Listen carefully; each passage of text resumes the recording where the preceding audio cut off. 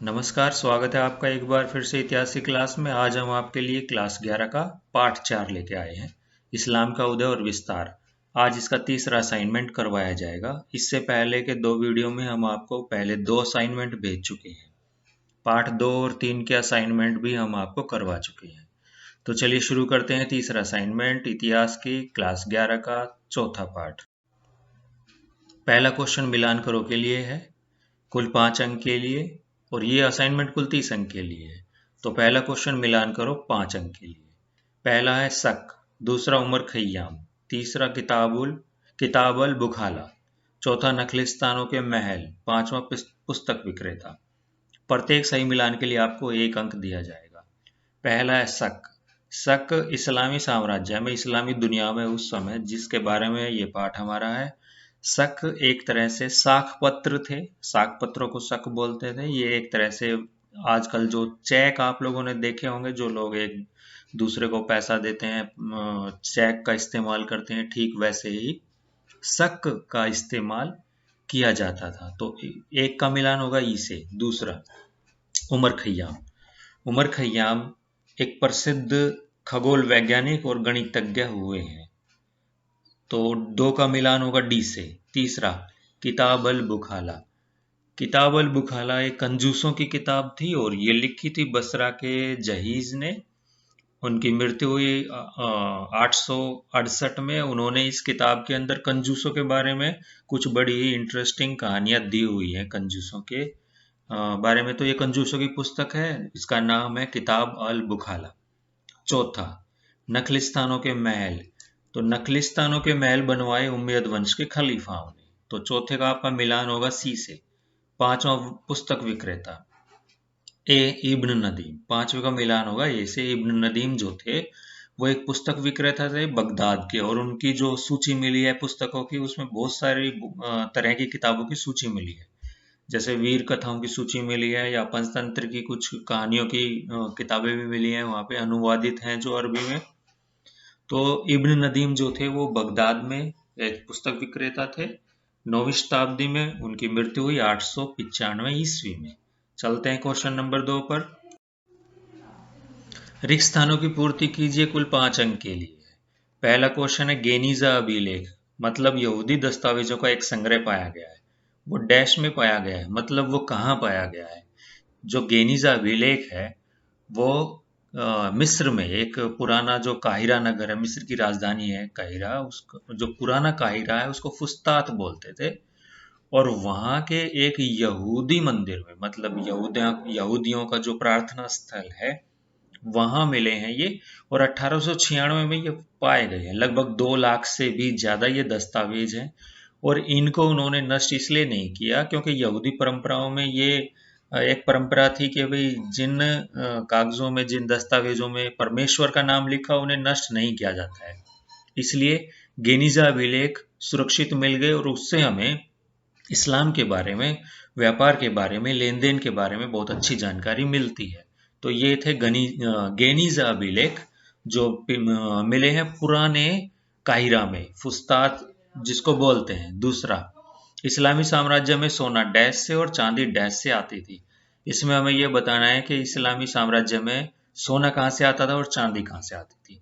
तो इस्लामी साम्राज्य में सोना आता था अफ्रीका के सुदान नाम की जगह से, और चांदी आती थी मध्य एशिया, जो जफर फशन नाम की घाटी है, वहां से चांदी आती थी।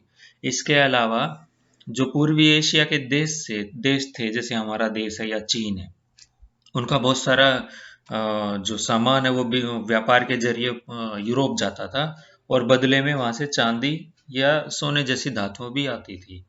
तो उस समय क्योंकि अरबों का, इस्लामी साम्राज्य का व्यापार पर बड़ा नियंत्रण था, तो इससे उनको फायदा होता था। तीसरा, डैश एक ईरानी सूफी था जिसने पहली बार अपने आप को खुदा में लीन, मतलब फना होने का उपदेश दिया। तो ये एक सूफी संत हुए हैं जिनका नाम था बयाजिद बिस्तामी।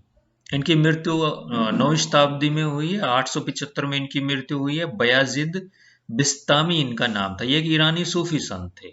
इन्होंने कहा कि ईश्वर में ही हमें लीन हो जाना है, खुदा में ही हमें मिल जाना है। क्वेश्चन नंबर 4, कुरान डैश अध्यायों या सूराओं में विभाजित है। कुरान इस्लाम का पवित्र ग्रंथ है, वैसे पवित्र ग्रंथ तो सभी के लिए पवित्र ही होते हैं, चाहे वो मुस्लिम हो या दूसरे धर्म के लोग हो। तो कुरान एक पवित्र ग्रंथ है जो 10 अध्यायों में विभाजित है। तो कुरान जो है मूल रूप से जो अरबी में लिखी गई वो 114 सूराओं में या अध्यायों में विभाजित है, और जो इस अध्यायों की जो लंबाई है वो क्रमिक रूप से घटती जाती है। मतलब शुरू के जो अध्याय हैं उनकी लंबाई ज्यादा है, और बाद के जो अध्याय हैं या सूराएं हैं उनकी लंबाई कम है। तो कुरान 114 अध्यायों या सूराओं में विभाजित है। पांचवा, अदब का अर्थ डैश और डैश है। तो अदब जो है इसका मतलब होता है साहित्यिक और सांस्कृतिक परिष्कार।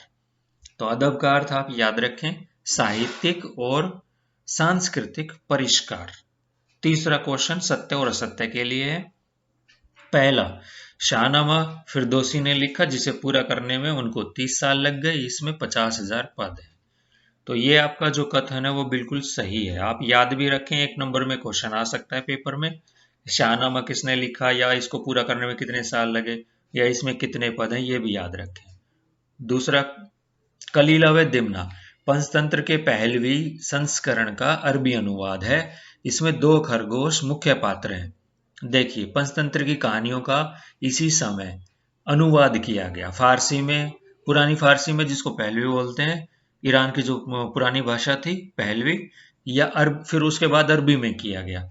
तो ये जो कलीना और दिमना की कहानी है, ये 2 गीदड़ों की कहानी है जो पंचतंत्र से ली गई है, और फिर बाद में इसको अनुवादित किया गया, फिर अरबी में भी अनुवादित किया गया है ना। तो ये खरगोशों की कहानी नहीं है, 2 गीदड़ों की कहानी है। तो ये जो कथन है ये असत्य है।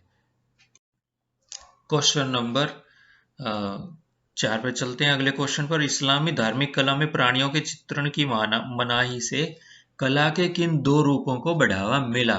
ये वैसे यहाँ कुल 3 नंबर के लिए दिया गया है, लेकिन इसका जो हमने आंसर दिया है वो इस तरीके से दिया गया है कि अगर 5 नंबर का भी पेपर में आ जाए तो आप लोग इसे कर पाओगे। देखिए, इस्लामी धार्मिक कला में प्राणियों के चित्र की मनाही थी, ऐसा बहुत सारे लोग मानते थे, लेकिन ईरान के राजाओं ने बाद में ना मध्यकाल के दौरान, या भारत में मुगल राजाओं ने भी प्राणियों के चित्र बनवाए हैं।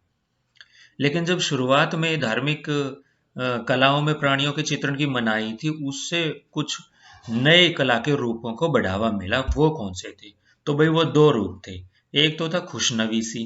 खुशनवीसी मतलब सुंदर ढंग से लिखने की कला थी, बड़े ही अच्छे ढंग से लिखा जाता था हाथ से। और दूसरा था अरबेस्क। अरबेस्क का मतलब होता है ज्योमेट्री की और वनस्पति के डिजाइन इसमें बनाए जाते हैं। आप कभी अगर लाल किला घूमने गए होंगे, या आप कभी कुतुब मीनार गए होंगे, या आपने आगरा का ताजमहल देखा होगा, तो वहां आपने देखा होगा कि फूल बने हुए हैं, पौधे और फूलों के, या कुछ ऐसे डिजाइन बने हुए हैं, ज्यामिति है। इस कला को बोलते हैं अरबेस्क, ये याद रखना। तो धार्मिक कला में प्राणियों के चित्रण की मनाही से 2 कला के रूपों को बढ़ावा मिला। एक खुशनवीसी मतलब बढ़िया तरीके से लिखना, और दूसरा था अरबेस्क मतलब ज्यामिति और वनस्पति के डिजाइन से लिखना। तो इस्लामी इमारतों को सजाने के लिए धार्मिक उदाहरणों का भी उपयोग किया जाता था। मतलब धार्मिक उदाहरण उसमें दिए जाते थे, जैसे बहुत सारी कथाएं हैं जो कुरान से संबंधित हैं, या और भी धार्मिक कथाएं, उनको दिखाया जाता था, उनको लिखा जाता था, जैसे अरबी में लिखा जाता था या फारसी में लिखा जाता था। इसी तरह से हम देखते हैं कि कुरान की 8वीं और 9वीं शताब्दियों की जो पांडुलिपियां मिलती है, पांडुलिपि मतलब हाथ से लिखी गई पुस्तक जो मिलती है, उसमें बड़े ही सुंदर ढंग से लिखा गया है। तो खुशनवी की कला वहां देखने को मिलती है। अगला पॉइंट है कि विभिन्न किताबों को लघु चित्रों से सजाया जाता था। बहुत सारे पौधों के या फूलों के छोटे छोटे चित्र बनाए जाते थे, क्योंकि प्राणियों के चित्र की मनाही थी। और पुस्तकों के सौंदर्य को बढ़ाने के लिए बहुत सारे किस्म के चित्रों का भी प्रयोग किया जाता था। तो हम ये देखते हैं कला के 2 रूप विकसित हुए, क्योंकि इस्लामी धार्मिक कला में प्राणियों के चित्र की मनाही थी। तो एक तो खुशनवीसी और दूसरा अरबेस्क। अगला क्वेश्चन, इस्लामी राज्य में कृषि व्यवस्था की मुख्य विशेषताएं क्या थी? इन विशेषताओं से पड़ने वाले प्रभावों की विवेचना करो। ये 5 नंबर के लिए भी आ सकता है और 3 नंबर के लिए भी आ सकता है। तो इसमें आप ये याद रखें कि इस्लामी साम्राज्य में जो मुख्य व्यवसाय था वो खेती बाड़ी ही था, कृषि ही था। और जो कृषि थी की जो जमीन थी, उसके जो मालिक थे, छोटे बड़े किसान भी मालिक थे, और राज्य भी उसका मालिक था। जहाँ कहीं युद्ध में जब कोई क्षेत्र जीत लिया जाता था तो खलीफा या जो राजा होते थे वो उसके मालिक हो जाते थे, और फिर वो अपने पसंद के लोगों में या अपने प्रशासन से जुड़े हुए लोगों में वो बांट दिया करते थे। तो इस तरह से वो उनके मालिक हो जाया करते थे। ठीक है। तो राज्य को अपनी जो जीविका, सॉरी, राज्य को जो अपना राजस्व मिलता था, जो आय होती थी राज्य को, मतलब खलीफाओं को जो आमदनी होती थी, उसका बहुत बड़ा हिस्सा जो था वो खेती बाड़ी से मिलने वाले राजस्व से, मतलब भू राजस्व से प्राप्त होता था। खेती बाड़ी पर कर लगाए हुए थे। अरबों ने जो भूमि जीती थी युद्धों के द्वारा, उस पर कृषि पैदावार का जो है वो आधे से लेके 5वें हिस्से तक के बराबर भी कर लगाया जाता था। और जो जमीन मुस्लिमों की होती थी उस पे उपज के 10वें हिस्से के बराबर भी कर लगाया जाता था। देखो, गैर मुस्लिमों की जो जमीन होती थी उस पे कर अधिक अधिक लगता था, और मुस्लिमों की जमीन पे कर कम लगता था। इसलिए बहुत सारे गैर मुस्लिमों ने, जैसे यहूदी थे या ईसाई थे, उन्होंने इस्लाम को अपनाना शुरू कर दिया था करों से बचने के लिए। इसके लिए इससे हुआ क्या फिर? इससे हुआ ये कि खलीफाओं की जो आमदनी थी, इस्लामी राज्य की जो आय थी, वो कम होने लग गई। इसलिए खलीफाओं ने क्या किया कि कर की एक जैसी समान नीति लागू कर दी, मुस्लिमों के लिए भी और गैर मुस्लिमों के लिए भी। और जब खेती की खुशहाली हुई, बहुत सारा कर मिलने लग गया खेती बाड़ी से, तो इससे राजनीतिक स्थिरता भी आई। और अब्बासी वंश हम देखते हैं कि 200 साल तक वो बना रहा। उमैयद वंश भी 90 साल तक बना रहा। ठीक है। भूमि को, जो नई भूमि थी, खेती बाड़ी वहां नहीं होती थी, उसको बढ़ावा देने के लिए खलीफाओं ने क्या किया कि भाई जो भी आदमी उस पर खेती बाड़ी करेगा, शुरुआत करेगा खेती बाड़ी की, उसको करों में छूट दे दी जाएगी। इससे खेती का विस्तार हो गया, खेती का विस्तार हुआ और राज्य को अधिक आय की प्राप्ति हुई। और नई नई फसलें वहां उगाई जाने लगी, जैसे कपास है, संतरा है, केला है, तरबूज है, पालक है, बैंगन और भी बहुत सारी फसलें। और इनका यूरोप को भी निर्यात किया गया। अगला क्वेश्चन, इब्न सीना कौन था? इसके द्वारा लिखी गई पुस्तक का नाम लिखो और उसकी विशेषताओं भी बताओ। ये भी इंपॉर्टेंट क्वेश्चन है। ये इब्न सीना जो थे वो एक चिकित्सक थे और दार्शनिक दार्शनिक भी थे, मतलब फिलोसफर भी थे और फिजिशियन भी थे। और ये थोड़े से ये रूढ़िवादी नहीं थे। इनका ये मानना था कि कयामत के दिन व्यक्ति दोबारा जिंदा नहीं हो सकता है। ठीक है। तो ये याद रखना कि ये चिकित्सक थे, फिजिशियन थे और दार्शनिक भी थे। इनकी जो सबसे प्रसिद्ध पुस्तक है वो है, इनकी जो सबसे प्रसिद्ध पुस्तक है उसका नाम है चिकित्सा के सिद्धांत, मतलब किताब अल अल कानून फिल तिब, अल कानून फिल तिब। ये चिकित्सा के सिद्धांत इनकी सबसे प्रसिद्ध पुस्तक थी, और ये 10 लाख शब्दों की लिखी हुई, हाथ से लिखी हुई किताब थी, इसलिए पांडुलिपि इसको बोलते थे। इसमें 760 से ज्यादा औषधियों का उल्लेख है जो उस समय अस्पतालों में प्रयोग की जाती थी। और इसमें आहार विज्ञान का भी महत्व बताया गया है कि हम भोजन से भी बहुत सारी बीमारियों को दूर कर सकते हैं, उनका इलाज कर सकते हैं। इसके अलावा इस किताब में जलवायु और पर्यावरण के का स्वास्थ्य पर क्या प्रभाव पड़ता है इसके बारे में भी बताया गया है। इसके अलावा ये किताब बड़ी प्रसिद्ध थी और उस समय यूरोप में ये एक पाठ्य पुस्तक के रूप में प्रयोग की जाती थी, यूरोप के विद्यालयों में, वहाँ की शैक्षिक संस्थाओं में। और वहाँ लेकिन इसका जो लेखक था वो इब्न सीना ना बोल के वो लोग, यूरोप के लोग, एविसेना बोलते थे।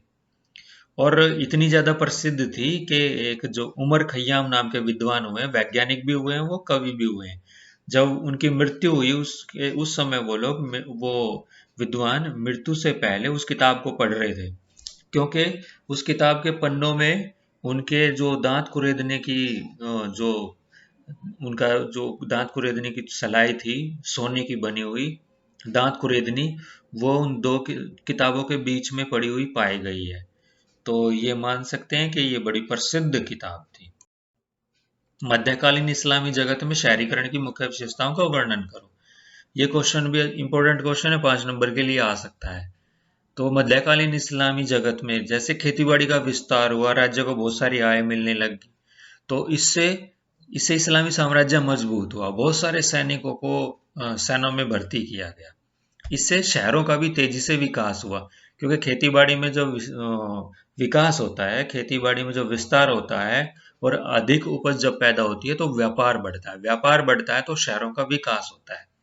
तो ये जो नए शहर बसाए गए उनमें से बहुत सारे तो अरब सैनिकों जिनको बोलते थे झुंड, उनको बसाने के लिए, जैसे कुफा, कुफा जहाँ चौथे खलीफा अली की हत्या हुई थी, या बसरा, ये इराक में है दोनों नगर, या फुस्तात जो पुराना काहिरा है मिस्र में है, या काहिरा, बगदाद, समरकंद, ये बहुत सारे नए नगर बसाए गए और पुराने नगरों का भी विस्तार हुआ। बगदाद का तो इतना ज्यादा विस्तार हुआ कि इसकी जनसंख्या लाखों में पहुंच गई। शहरों के विकास और विस्तार के कारण फिर खाद्यान्न उत्पादन और उद्योगों को भी बढ़ावा मिल गया। शहरों को, जो जितने भी शहर थे उनके केंद्र में दो भवन जरूर होते थे, और वो बड़े प्रसिद्ध भवन थे। एक तो बड़ी मस्जिद होती थी शहर के केंद्र में, ठीक है, वो बड़ी मस्जिद दूर से ही नजर आती थी, उसमें नमाज पढ़ी जाती थी, सामूहिक नमाज। और दूसरा होता था केंद्रीय मंडी, जिसको सुक बोलते थे। और इस केंद्रीय मंडी में कतार में दुकानें होती थी, व्यापारियों के लिए उन आवास भी होते थे। और जो सर्राफ होते थे, जो मुद्रा बदलने का काम करते थे, उनके कार्यालय भी केंद्रीय मंडी में हुआ करते थे। और जो शहर के बाहरी इलाके थे उनमें गरीबों के लिए मकान होते थे। गांव से जो फल सब्जियां आती थी उनके लिए दुकानें होती थी, कसाई की दुकानें होती थी, चमड़ा साफ करने की दुकानें होती थी, है ना, और कपड़ा रंगने की दुकानें होती थी। वो शहर के बाहरी इलाकों में इस तरह की दुकानें हुआ करती थी। शहर की चार दीवारी के बाहर कब्रिस्तान और सराय भी होती थी। कब्रिस्तान और सराय, ये जो है वो चार दीवारी के बाहर होती थी। जब रात के समय शहरों के, क्योंकि किलेबंदी होती थी सुरक्षा की दृष्टि से, और जब उनको बंद कर लेते थे उनके द्वार, तो जो आने वाले थे वो सराय में ठहर सकते थे।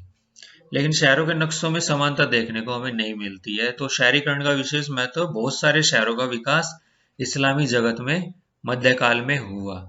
इंपॉर्टेंट क्वेश्चन है। तो इसके साथ हमारा ये असाइनमेंट पूरा हुआ। बहुत बहुत धन्यवाद।